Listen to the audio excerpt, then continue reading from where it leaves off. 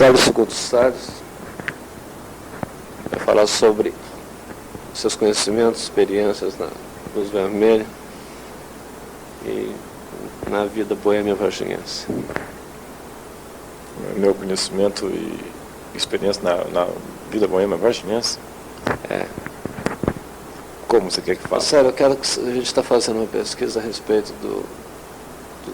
da zona de Varginha, da Luz Vermelha nos anos 30, dos anos 30 em diante, a partir de quando Tia Carmélia assumiu a chefia da Luz Vermelha.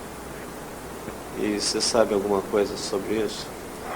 Bom, as coisas que eu sei estão mais ou menos confirmadas, porque você já ficou sabendo pelos mais velhos, né? Porque você está querendo me comparar com esse pessoal aí do começo do século, isso não está certo, não está justo. Eu fui na Luz Vermelha a primeira vez em 1945, tinha mais ou menos uns 16 anos, junto com o Zu, que era antigo funcionário da Casa Mata, Casa de Calçado. O Zu era inveterado na Zona Boêmia. Eu passava de frente ao estabelecimento dele todo dia antes de almoçar e tudo, então pegamos amizade e ele resolveu me iniciar lá. Primeira vez que eu fui, eu não cheguei na Luz Vermelha, não, fiquei na esquina onde era a famosa Pensão Paris, mas ali já não tinha Pensão Paris mais. Pensão Paris, quem que era da Conchinha. Quem por sua vez mais tarde voltou a lembrar? O Bife de Ouro. É, o Bife de Ouro apenas mudou de nome, questão.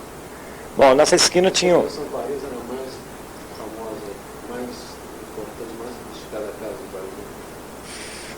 Brasil. Eu era menino em Três Pontas e a primeira vez que eu vi uma lista telefônica, então tive curiosidade, eu olhava a Varginha e tudo mais, então achei lá Pensão Paris, né?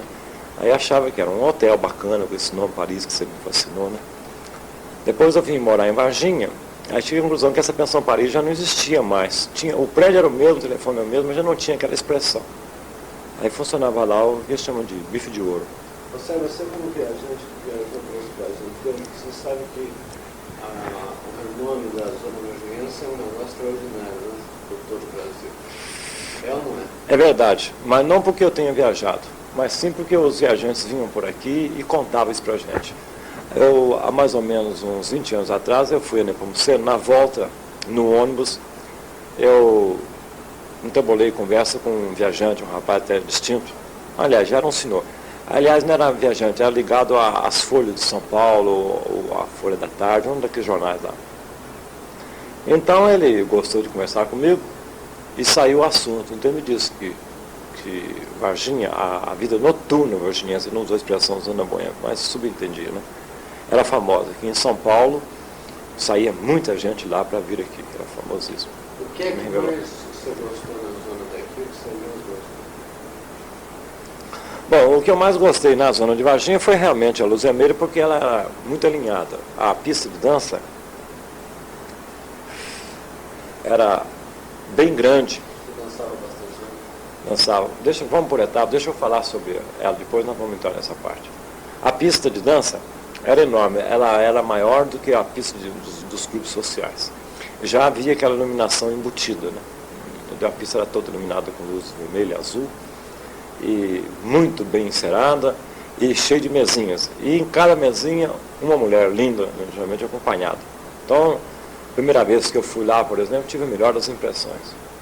Era animadíssimo, sempre com conjunto musical, ambiente ultra refinado, as mulheres também se comportavam de maneira elegante, bacana, não havia o que a gente chamava naquele tempo de gandaia, ou seja, relaxo, como é que chama aquele negócio, falta de graça, essas coisas não tinha, o ambiente era muito distinto, alinhado toda vez. É a distinção dos anos 30. Talvez nós estivesse imperando até. Não, este ano que eu falo é o ano 45, eu estava entrando na década de 40 e 50.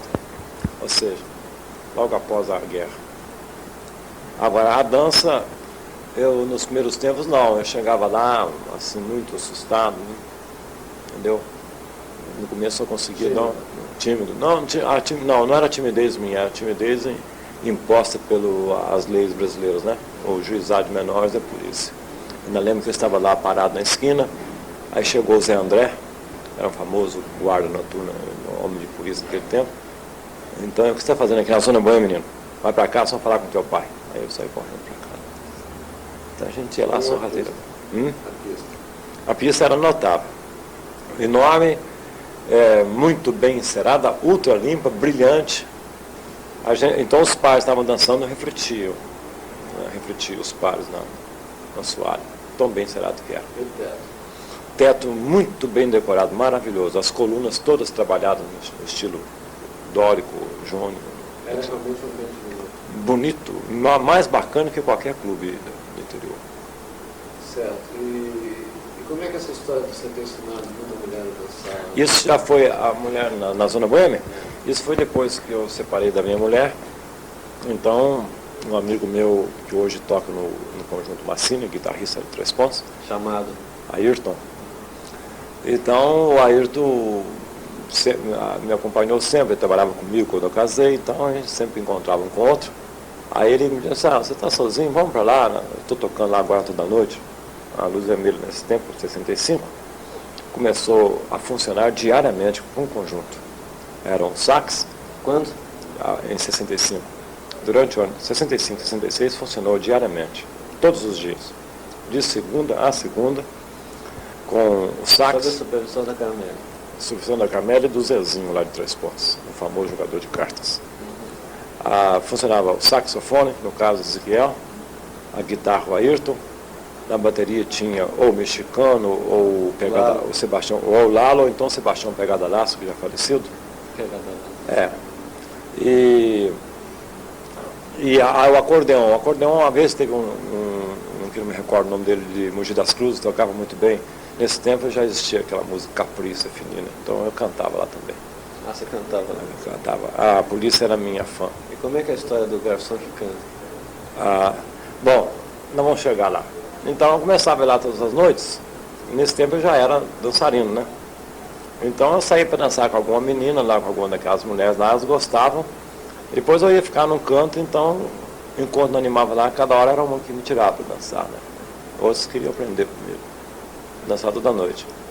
Aí o Ayrton era companheiro desde quando eu ainda não era casado.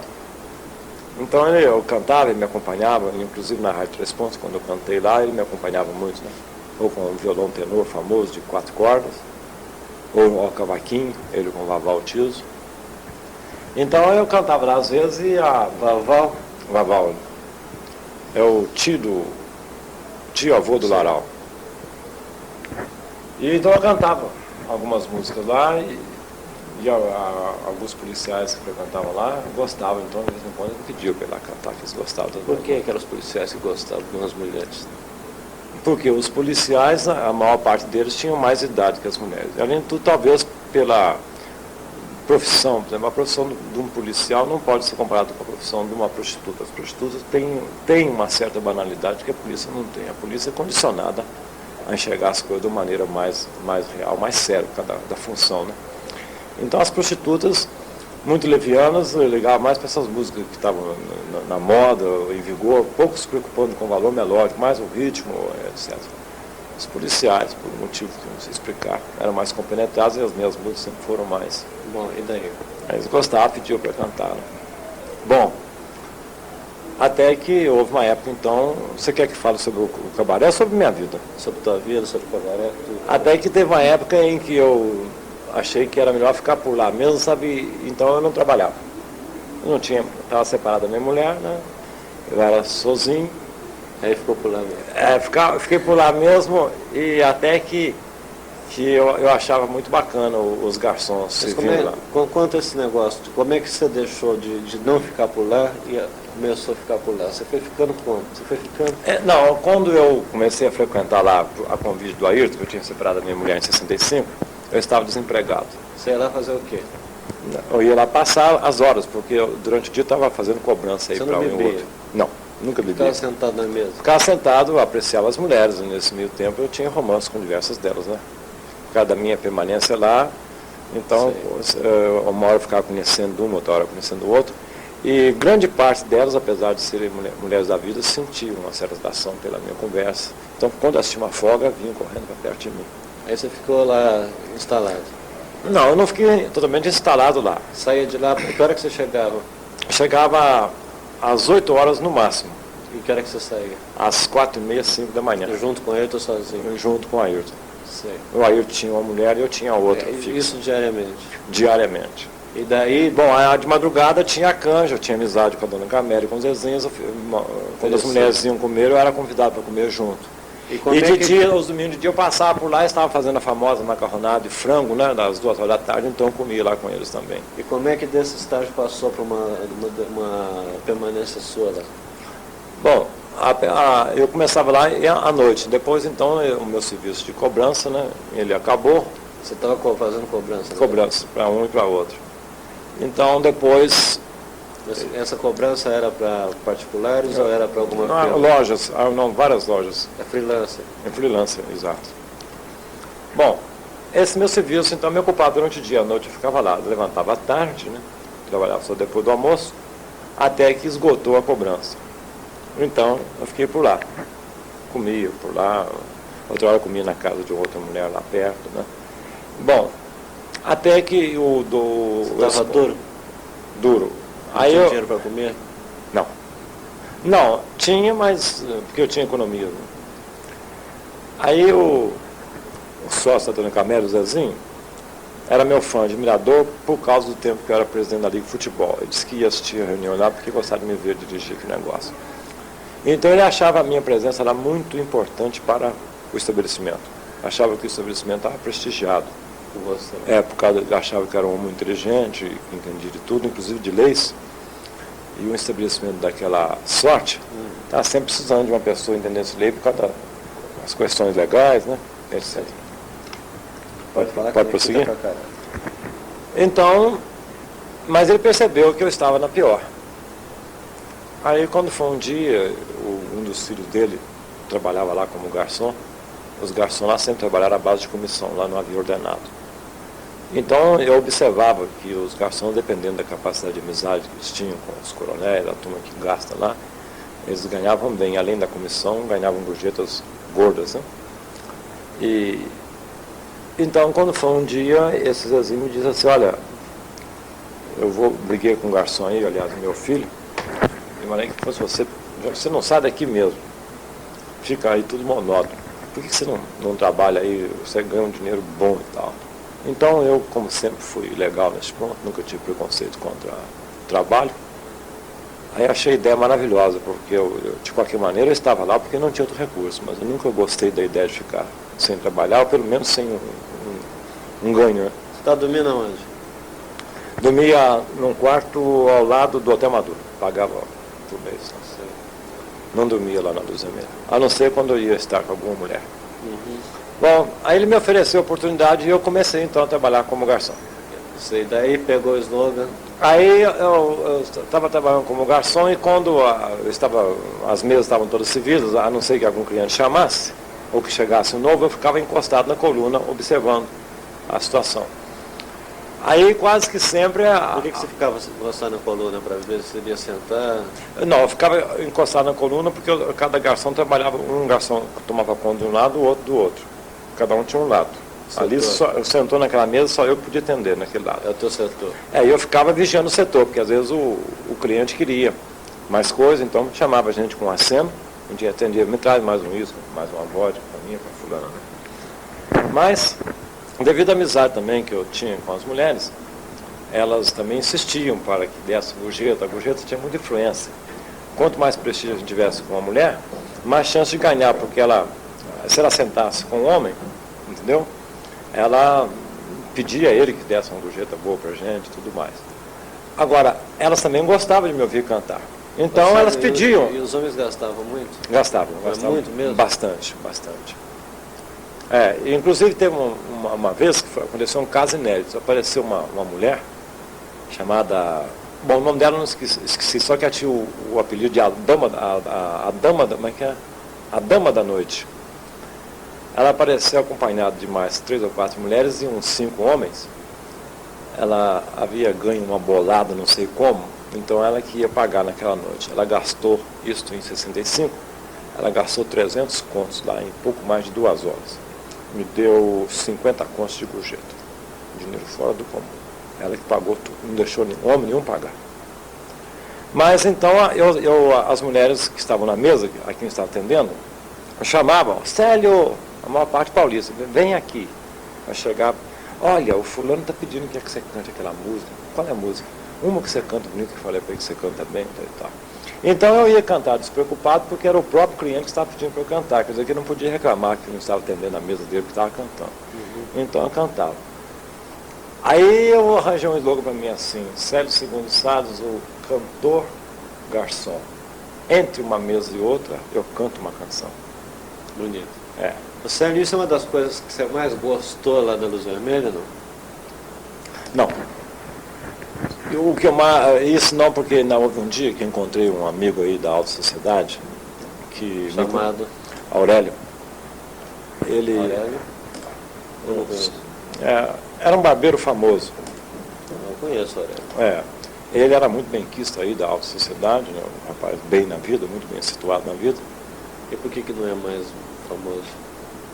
Não sei, ele teve uns tempos fora de Varginha, agora não sei, talvez tenha sido superado, ou as pessoas também não usam cortar cabelo mais, não sei. É um que é dono do Salão Azul?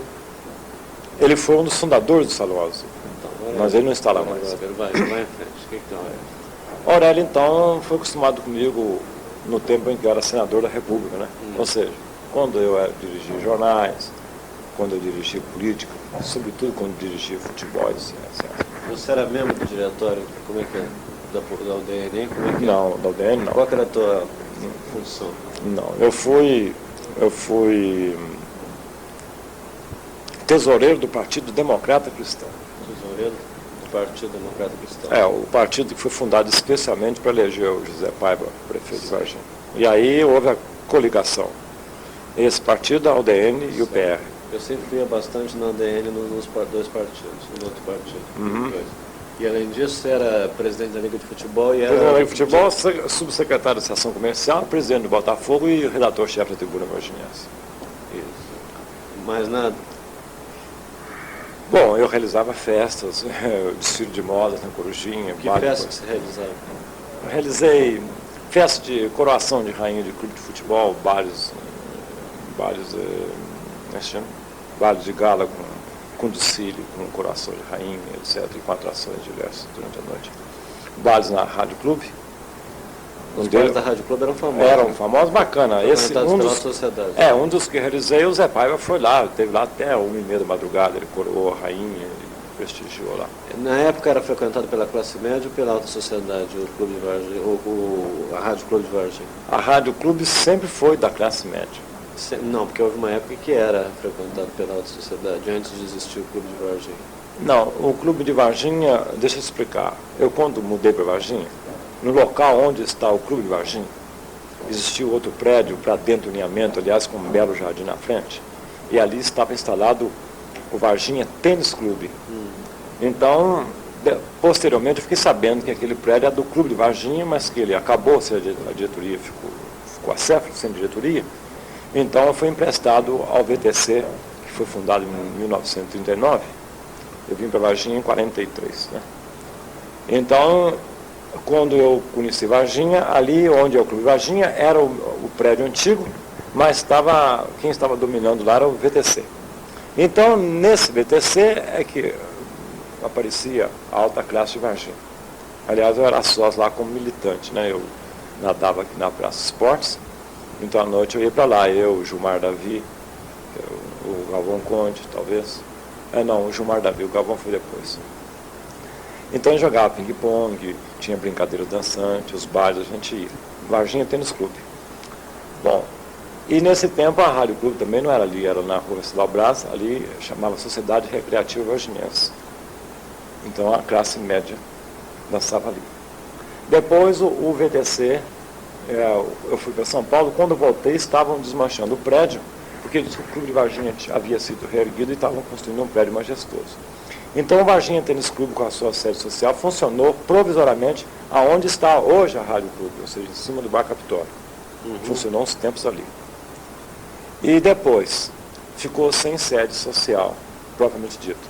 Ficou só a Praça dos Esportes. Né? Sei. Bom, então você estava dizendo a coisa que você mais gostava da Luz Vermelha lá. Bom, senador da República, que o Aurélio... eu ia contar o seguinte. Então, no dia que eu fui trabalhar de garçom a primeira vez, eu estava servindo, quando eu fui chegar na mesa para servir, era o Aurélio. Ele, então, fez uma cara de admiração, aliás, natural. Admirou muito, não entendeu bem o negócio, mas, espera aí, o Célio, o garçom lá do Vermelho. E eu também tive um certo choque, eu olhei que naquele instante, tomando por base o modo que as pessoas encaram a vida, eu tinha levado uma queda. Embora uma queda talvez natural, por exemplo, o abandono da política, do jornal, tudo foi proposital, eu não quis mais, né? Mas eu esperava trabalhar numa outra espécie de negócio, porque, sinceramente, eu nunca gostei de Zona Boêmia. Eu sempre gostei de mulher. E o que tem o Aurélio a ver? Não, o Aurélio serviu para eu sentir Constrangimento. o constrangimento. Você- Mas aí eu venci aquilo e continuei trabalhando naturalmente lá e estava me sentindo, comecei a me sentir bem. Quando eu estava me sentindo bem, a dona Camélia me mandou embora. Bom, o caso da não mandou embora foi assim, sem motivo, não foi? Não, o negócio é o seguinte, você sabe que mulher é mulher, né? E sendo Zona Boêmia, mais ainda. Elas não fazem por menos. Então havia lá uma tal de Roseli, uma mulher linda. Que eu conheci. É, exatamente, você conheceu. Muito bacana, muito educada. E ela Tinha um possuía coronel. um coronel. E eu levei para trabalhar comigo lá o Luiz Martins. O Luiz Martins foi trabalhando de porteiro. Um dia a dona Camélia quase que bateu nele porque deixou um cachorro entrar lá dentro. Mas o Luiz Martins alega que não podia impedir o cachorro, porque o cachorro passou por debaixo da porta. É uma confusão do inferno. Então, o Luiz Martins me disse que o coronel da Roseli tratava ele muito bem e deu para ele uma gorjeta enorme, falando assim, aqui, ó, isso aqui é para você. Ah, muito obrigado. Ele era o porteiro, né? Abria a porta, não só o porteiro da rua para entrar dentro do salão, como o porteiro do salão para entrar para os quartos. Eles tinham que entregar para ele uma ficha, sem a ficha não subia. Então o Luiz Martins, quando atendeu esse senhor uma noite lá, a Roseli subiu, esse coronel atrasou e deu uma gorjeta poupuda para o Luiz Martins com a seguinte frase, vou dizer para você. Ah, muito obrigado. Olha, vigia a Roseli para mim, viu? Tá. E o Luiz Martins me contou esse negócio. Mas a Roseli tinha um gigolô, que era o Ronaldo, um guitarrista de São Paulo. Aliás, esse rapaz é até muito sistemático, mas tocava guitarra toda a vida. Isso é guitarra. Tocava muito bem, entendia um bocado de música, mas ele não gostava da Roseli, ela que gostava dele. Então, quando foi um belo dia, como ele avisou assim, eu falei assim, ó, Luiz Martins, então nesse caso, a Roseli era muito amiga dele também. Eu falei o seguinte, ela vive às custas deste homem, quer dizer, que convinha ela saber disso, que aí ela tomava cuidado, saber como está na pista dela, porque se ele visse ela com esse Ronaldo, ela perderia o dinheiro. Esse Ronaldo não dá dinheiro para mulher nenhuma, ela passaria privações. Então, visando o bem dela, eu falei com ela, disse, olha, você toma cuidado porque o seu coronel mandou o Luiz Martins te vigiar. Então você não dá bobeira porque ele pode pegar você com outro aí, você perde a sua fonte de renda. Ela, ao invés de interpretar isso como uma atitude amiga minha, simpática, não sei o que deu nela, ela então conversou lá com a dona Camélia, fizeram fofoca, dizendo que eu estava querendo atrapalhar a vida dela, assim, mas tal. Aí ela estava indignada lá, me interpretou muito mal. A dona Camélia então falou para ela assim, o Luiz Martins escutou, a dona Camélia assim, não preocupa não, Roseli, ele não vai trabalhar aqui mais não, vou mandar ele embora hoje. Mas ela não chegou a me mandar embora. A realidade foi o seguinte, eu tive uma dor no estômago muito grande e não apareci lá na determinada noite. O Luiz Martins foi embora junto. O Luiz Martins... aí a dona Camélia falou assim, olha, você não deve trabalhar aqui mais não, porque você está com dor no estômago e doente, não deve trabalhar. Você falou isso. Quer dizer que a alegação ficou em cima da dor no estômago. Aí eu acertei com ela o que tinha que receber e pronto. E o Luiz Martins saiu antes de mim, uns dias. Ele desistiu. Você lembra a história de quando você ficou vários dias dentro da casa do Rio de Janeiro? Do brigadeiro da aeronáutica? Como é que é a história? Esse foi na casa da Marilda.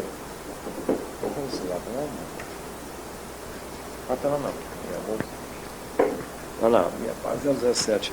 Eu segui num dos dias de maio, não sei se 1º ou 5 de maio, de uma meia dúzia de anos atrás, a Marilda era uma mulher, porque não é, a zona urbana de Varginha não é só a Luzemeira, né? Várias casas com a dona da casa e várias mulheres.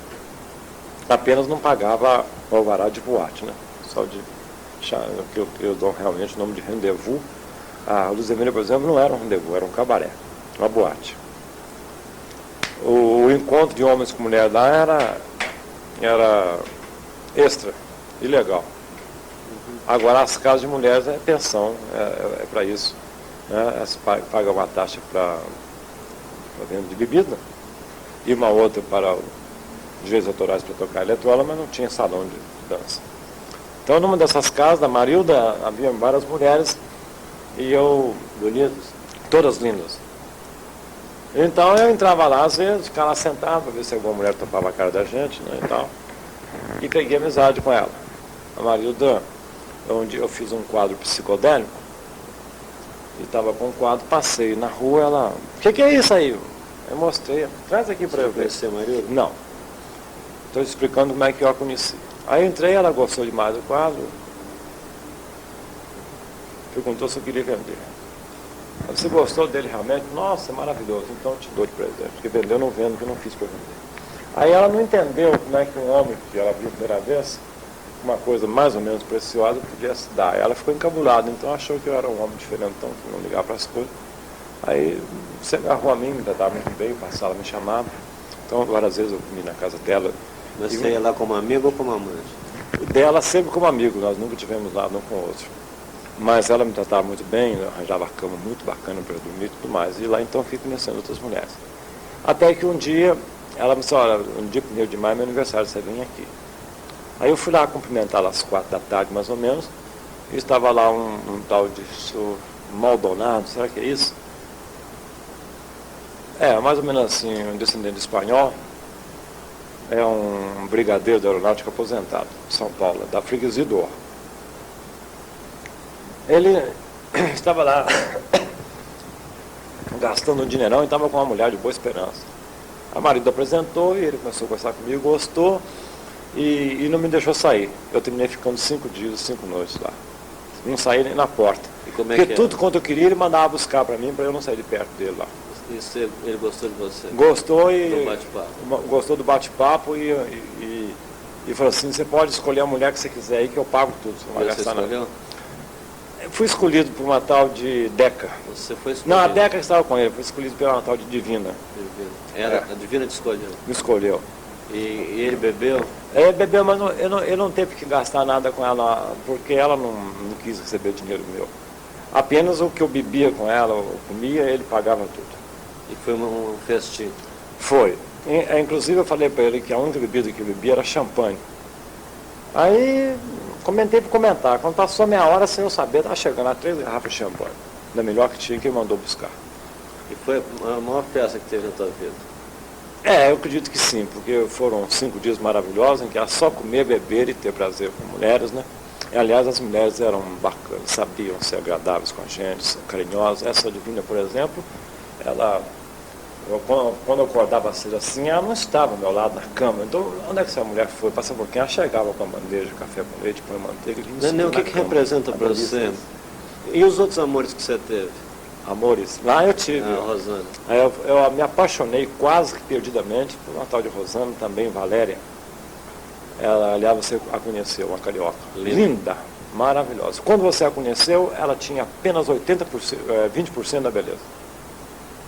Ela deu um quebra violento em 3 anos. A Rosana veio para Varginha, lá para Luz Vermelha, a origem dela vinda de Poços de Caldas, apesar que seja carioca. Fazia poucos dias que estava frequentando lá. E ela já conhecia o Ayrton, estava afim do Ayrton. Mas o Ayrton não estava afim dela, ele estava afim de uma outra Valéria que pertencia a um circo. Então, mas a Rosana entrou com o nome de Rosana mesmo, não de Valéria. Então, a Rosana e a outra era Valéria. E eu, quando vi a Rosana a primeira vez, achei uma mulher maravilhosa, me encantei com ela, mas fazer o quê?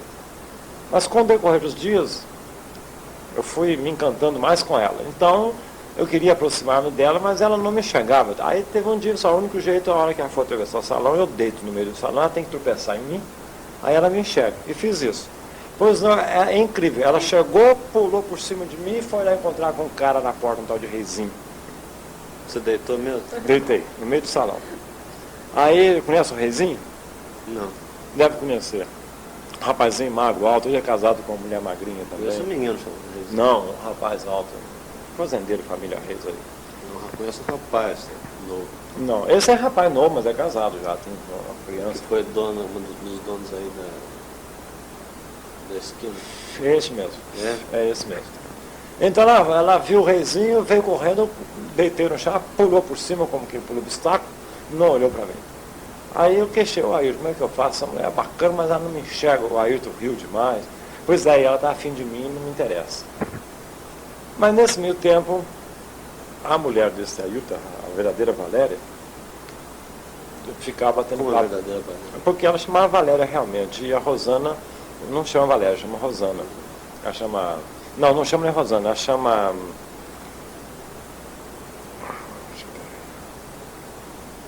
Tem um nome lindo? Como é que é? Ela assina Cavalcante de Albuquerque, ainda. Que bonito. Mostrou a fotografia dela, da filha, da família. Então não fala, não. Vê se ela lembra dela. Ah, lembrei. Alma Lúcia. Alma, É. junto? Não, separado. Alma Lúcia Cavalcante de Albuquerque. Eu vi os documentos dela todos. Não sei que nome lindo, né? Parece com ela. Não é um nome bonito? Alma. Pois bem, então a outra chamava Valéria realmente. Me mostrou os documentos. Essa Valéria real era a companheira desse Ayrton, né? Estava afim dele. Então os dois estavam vivendo ali em conjunto. Quando terminava a função, eles iam para o quarto lá, se tornar marido e mulher. Mas enquanto o Ayrton estava ocupado, ela estava lá, o que se chama de fazer vida, né? Recebendo um cliente ou outro, indo para o quarto com ele, e lá eles encaravam isso com muita naturalidade. O dono, o amante de uma mulher, só não aceitava ela com outro cara moço. Só podia ser de homem de 30 anos para cima. Se ela desse confiança para um camarada de 25 anos, aí quebrava o pau, facada, tiro e etc. Aí saiu, aliás, um dia a Valéria deu uma escorregada, ou seja, deu o cartaz lá para um rapazinho, aí ele quase acabou com ela. Murro, soco no olho. A Valéria do Ayrton. Ela ficou no chão lá, a gente acudiu, deixou ela com o olho roxo, sangrando, etc. Foi violento. Mas eu não participava desse negócio. Eu era uma espécie de aborto lá, da natureza lá. Mas essa Valéria ficava conversando comigo enquanto o Ayrton estava ocupado. Ela falava que só podia conversar comigo. Então, a Valéria achou que eu era um homem muito bacana. Eu falei assim, pois é, eu sou bacana e tem uma mulher aí que não há meio de enxergar a bacanidade de mim. Quem é ela? É aquela Marcinha, assim, acho que chama Rosana. Ah, mas como assim? Não, ela não me vê, eu não consigo fazer ela enxergar e tal. Que coisa, uma hora eu te apresento ela e tal. Mas aí a Valéria saiu de perto de mim para atender um cliente. Eu parei para refletir e falei assim, gente, mas que coisa gozada. Eu já escrevi tantas cartas para tantas pessoas, mandarem para tantas pessoas, e eu nunca trabalhei para mim mesmo. Por que eu não uso o que Deus me deu em meu próprio serviço? Eu vou escrever uma carta para essa mulher, passar o bico nela. Tantos já conquistaram tantos e tantos já conquistaram tantos nas minhas custas. Aí escrevi uma carta para essa tal de Rosana. Uma carta, aliás, ficou uma maravilha, porque ela foi escrita com o cérebro e com o coração. Eu disse, Valéria, você entregaria essa carta para mim? Ela disse, perfeitamente. Aí, as mulheres usavam também dançar sozinha naquele tempo, sabe? Ela foi dançando sozinha e parou de frente a Rosana. A Rosana estava com um coronel que tinha uma fazenda aí na Flora. Não me recordo o nome dele. Ele estava dando tudo para ela. Eletrônica, televisão, geladeira, aquela de sempre. Estava bonito. Muito bons vestidos, anéis, casaco de pele, etc. Aí eu fiquei olhando. A Valéria passou dançando de frente, a que você conheceu com a Valéria, que é a Rosana. e fez um sinal. Então ela pegou, levantou, a mulher usava largar o coronel e dançar com a outra mulher. Como as meninas hoje usam o banheiro para conversar, elas usavam dançar para conversar. Então ela dançaram, deram uma volta, a Rosana voltou para a mesa e essa Valéria chegou na minha mesa e falou assim, já entreguei. Ela disse que vai ler lá no quarto dela agora mesmo. Não sabe de quem é ela. Aí, passou um poucos instantes, a Rosana pediu licença para o coronel e saiu, foi para o quarto. A Valéria foi atrás. Aí, passado mais ou menos meia hora ou mais, e eu fiquei ali naquela tensão nervosa tremenda, a Valéria chegou para mim e falou assim, nossa senhora, derramou lágrimas com a carta. Falou que nunca ninguém escreveu uma coisa daquela para ela e que nem nunca também ninguém valorizou do jeito que ela está valorizada. Aí ela chorou e falou, seja quem for, eu quero conhecer. Eu vou aceitar esse amor, seja quem for. Esse ficou feliz. Aí eu lembrei do Cyrano de Bergerac, caso igual. Esse Fiquei muito feliz. Né? Aí a Valéria falou assim, hoje então a oportunidade funciona, eu vou apresentar você, cara. Aí ela me apresentou, quando terminou a noite, a Rosana foi pro quarto do coronel, passou um pouquinho, ela voltou. Aí a Valéria disse, esse aqui que é o rapaz que te mandou a carta, sério. Aí ela, muito prazer, vem cá, eu preciso conversar com você. Aí me levou, é você que mandou a carta? Me levou no quarto, já senta aí. Sentei, estava uma leitora bacana, estava tocando É Tão Suave a Noite, uma sinfônica. Você que me escreveu aquela carta? Foi. Olha, a carta é maravilhosa e tudo mais. Depois que eu li a carta, eu já sabia que era você, porque eu perguntei para ela me apontou. E você tem uma mulher, e a tua mulher é brava, e eu não quero nada com ela, porque eu já tenho uma costela quebrada. Eu disse, não, mas não, o negócio é o seguinte, eu vou pensar no teu caso, que eu estou com medo, mas a tua proposta já está praticamente aceita, mas só que você vai ter um pouco de calma. Aí eu já fiquei felicíssimo, agora vamos embora. Ela tinha 2 quartos, a Rosana, eu lembrei, tinha um quarto em cima e outro embaixo, ela era privilegiada lá. O quarto embaixo era o quarto só dela, que não dormia com homem nenhum. E o em cima é que ela recebia as pessoas. Então, quando foi, eu fiquei aguentando lá todas as noites, e ela ia olhar na minha cara, e eu falei assim, essa carta. No terceiro dia, ela estava com o coronel, sentada, vestido de azul transparente, estava ultra lindo, cabelo penteado do jeito que eu gosto, né? Penteado grego. Ela estava uma mulher maravilhosa. Você põe aquela beleza, você achou nela, multiplica por 10. E eu então estava mais enamorado do que nunca. Aí eu falei com a Valéria, Valéria, pelo amor de Deus, vai lá falar para a Rosana que eu estou louco para cair nos braços dela, que não aguento mais. A Valéria, legal outra vez, foi, tornou a chamar a Vilazar, repetiu essa cena, deixou lá com ela, voltou, sério. Ela disse que a primeira parada da música, você esperar lá havia um banheiro dos homens, das mulheres, tinha uma escadinha, assim, esquerda, direita. Você esperar lá no banheiro. Aí quando já foi ficando perto desse lugar, né? Quando a orquestra conjuntada deu uma paradinha, eu subi, atravessei o banheiro dos homens, subi a escadinha e fiquei lá, coração na mão. Aí ela veio correndo. Ela pediu licença para o banheiro das mulheres, de lá não tinha acesso. Ela veio correndo, tropeçou na orquestra, tropeçou num outro camarada que ia passando, esse cara bolachão, né? Com licença, puxou o vestido longo, subiu graciosamente as escadas, tão afoita, ou mais do que eu estava, aí pulou nos meus braços. Então essa foi a noite mais feliz da minha vida. Aí fomos, não naquela hora. Ela me beijou, o encontro dela comigo demonstrou que o desespero que eu tinha, que ela estava tendo por mim naquela hora, era o mesmíssimo que eu estava tendo por ela. Foi uma das poucas vezes na vida em que eu tive aquela sensação maravilhosa da gente encontrar com uma mulher que está gostando da gente exatamente o mesmo tanto que a gente está gostando dela. Esse foi o mais bonito que você teve. Foi mais bonito. Aí na outra noite, ela beijamos, abraçamos tudo mais, despedimos.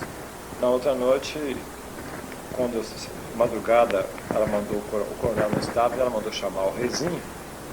Então eu vi que eu estava derrotado. Aí fui pro quarto do hotel, onde eu morava. Eu acabei de deitar, o Ailton chegou correndo. Célio, a Rosana está te procurando para você dormir com ela. Oba. Aí eu voltei, paguei a ficha, a dona Camila não perdoou nem Como é que é a eu, história da ficha? para poder passar naquela porta famosa. Do céu. 3 cruzeiros paguei na época, era dinheiro toda a vida. Pagar a ficha. Não, nem a Paguei Valéria, a ficha. A Valéria, o rapaz dela era o reizinho. É, o que ela gostava. A Rosana mesmo. A O rapaz Rosana. era o reizinho. Não, tinha também um tal de Joran, filho da uma outra que era dona do bispo. Mas o oficial lá era o reizinho. Era assim. E você conseguiu vencer essa barreira. Venci, aí eu cheguei lá no quarto, estava tocando uma Franco outra vez, ela já estava de barra coberta e fiz a primeira assim. Quem fez? Ela, a Rosana. Aí eu pulei lá na cama e o resto. Eles falaram. Mas a maior delícia não foi nesse dia, foi no encontro no banheiro. Um beijo e um abraço. Sério, segundo Salles, a causa do fracasso da zona, a causa do desmoronamento da luz vermelha é atribuída à ação repressiva da polícia, ao desinteresse do pessoal, ao aumento da dadivosidade das mocinhas. Você atribui a que isso? Aos 3 fatores. A repressão policial, a facilidade que as mocinhas estão dando e também o desinteresse. Dando para os outros, né? É, o desinteresse. Certo. Como é que você se sentiu quando você viu demolida a luz vermelha? Nada. Muito antes dela ser demolida, eu já havia demolido. Eu abandonei a Zona Boêmia definitivamente, porque eu não suportava mais a repressão policial. Nunca tive problema com a polícia lá, mas me sentia no tempo do nazismo. Sério, mas transportando-se para Paris, que é um lugar que eu sei que você gosta, ou para Buenos Aires, que é um lugar onde a boêmia funciona de uma forma maravilhosa.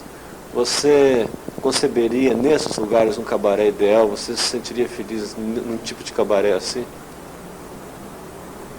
Não, porque, conforme já disse, o meu caso nunca foi o cabaré, mas sim a figura da mulher.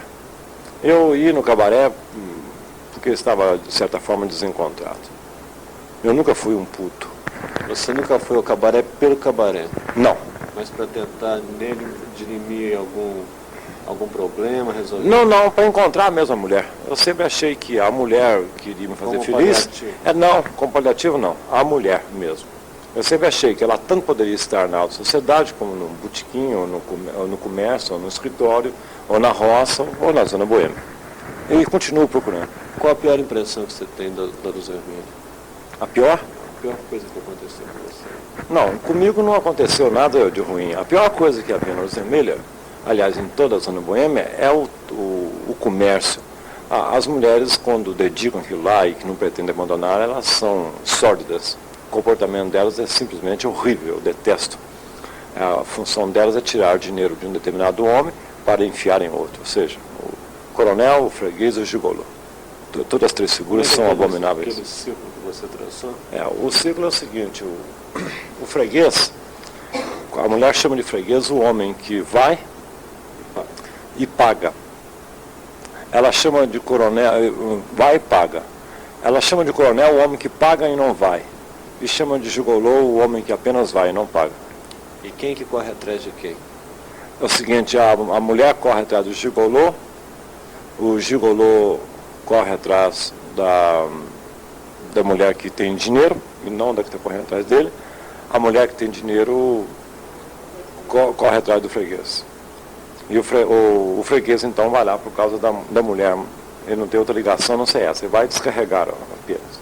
O coronel, via de regra, ele sustenta a mulher, dá tudo que ela precisa, tolera ela ter outro homem, entendeu? Tolera o gigolô.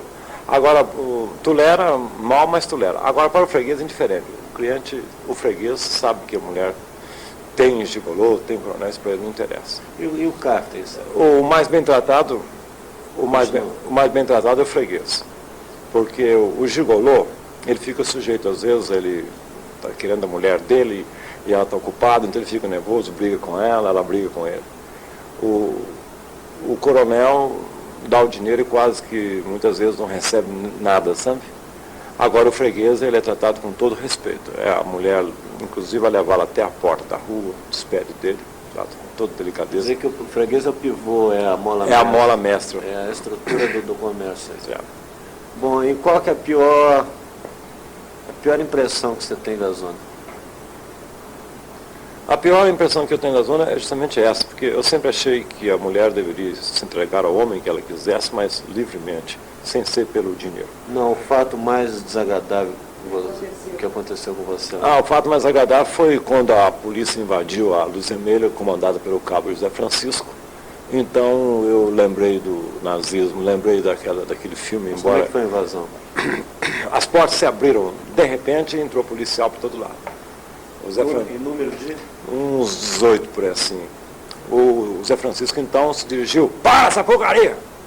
Aí a orquestra parou automaticamente, as mulheres encostaram num canto, os homens no outro canto. Ô soldado! Ele chamava ô soldado, dá busca em todo mundo aí! Aí ficou todo mundo tímido, né?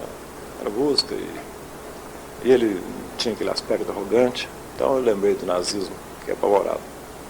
Aí me causou péssima impressão. A dona Camélia ficou muito tímida lá, quietinha, mandou ela calar a boca. Fica quieta!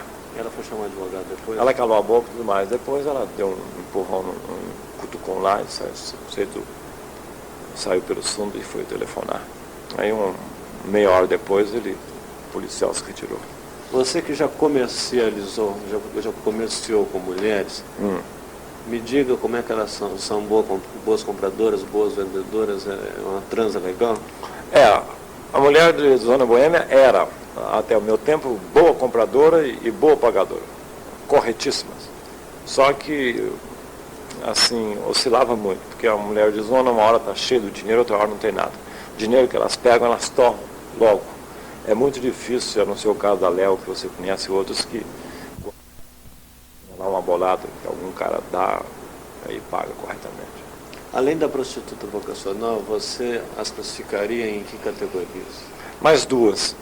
A prostituta que está lá transitoriamente, porque abandonou o marido, ou porque o pai tocou de casa, e uma terceira que não chega a ser prostituta, mas também não é tão recatada, ou seja, se adapta. O negócio do amor próprio, a luta pela sobrevivência é muito desenvolvida. Então essa sede fica meio prostituta. Tem a prostituta, a meio prostituta e a não prostituta. Aliás, as que eu gostei lá e que me encantaram, nenhuma delas eram prostituta, exceção da Rosana, que depois eu cheguei à conclusão que tinha vocação para prostituta. A Rosana, como a família dela é Cavalcante, né? Cavalcante de Albuquerque, Albuquerque, família tradicional. Dá para ver que a família tradicional, talvez ela porque gostasse mesmo. Porque gostasse. Não é ela, eu cheguei à conclusão que é a razão pela qual depois eu me desencantei dela, né? Depois ficamos bons amigos apenas. Ela era até admiradora da minha filha, então parava na rua para conversar, não sentia mais nada por ela. O que mais você quer saber? Você falou da engrenagem gigolô, freguês e coronel, me fala do Kaften agora. O Kaften é o oposto não, ele fica situado do outro lado, de uma maneira inversa do cafetão. O cafetão arranja homem para mulher, e o Kaften arranja mulher para homem. Cafetão e Kaften não é a mesma coisa? Não é. Por exemplo, se o camarada vai arranjar um homem para uma mulher, ele é cafetão. E se ele arranja uma mulher para um homem, ele é Kaften. É um pouco mais elevado, né? Menos sólido. E o cara que explora o lenocínio, como é o caso do Jair, por exemplo, o que ele é? Jair? O lenocínio. Sim. Esse tipo não é classificado na zona, ele é classificado apenas na polícia. Ele é considerado como Kaften? Não. Esses caras são... Você diz o dono, o amante da dona da casa? Não, o dono da casa mesmo. próprio dono da casa? Ah, não, não é considerado como nada disso. Nada disso. Não, lá, para elas é considerado como o dono, é uma figura respeitada. Agora, perante a lei, a polícia é considerado como desocupado, detestável. De acordo com o dicionário, o captain é o que vive à custa de rameiras, rufião, empresário de alcoices, que faz comércio explorando a prostituição, alcoviteiro. Feminino, caftina, plural, caftens. Agora eu quero perguntar para o Célio, como é que funcionava lá o negócio de balé e de striptease, que eu sei que ele era frequentador assíduo. O balé era geralmente composto de no mínimo meia dúzia de mulheres e um bicho. Porque não se concebe o balé sem o bicho. E na maior parte das vezes o próprio dono do balé, o empresário, o dirigente do balé, era bicho também. Geralmente se contrata balé no estado de São Paulo, em Osasco, por exemplo, Santos. São os dois centros que mais formam balés para fornecer a cabarés e boates do interior. O que mais você quer saber? Só isso. Não é striptease. O striptease é parte fundamental do balé. Não tem balé sem striptease. Só isso? Já vieram muitos balés aqui? Já. O melhor balé que já veio aqui foi o balé Buenos Aires. Todo dia, o comandante dele é argentino, e a maior parte das mulheres eram argentinas e espanholas. Uma delas morreu no desastre daquele de ônibus famoso, que morreu o pessoal aqui de Varginho, que veio de Belo Horizonte, morreram 30 e tantas pessoas. Uma delas, uma espanhola linda, ela é dançarina do balé. Não, mas o número de quantos?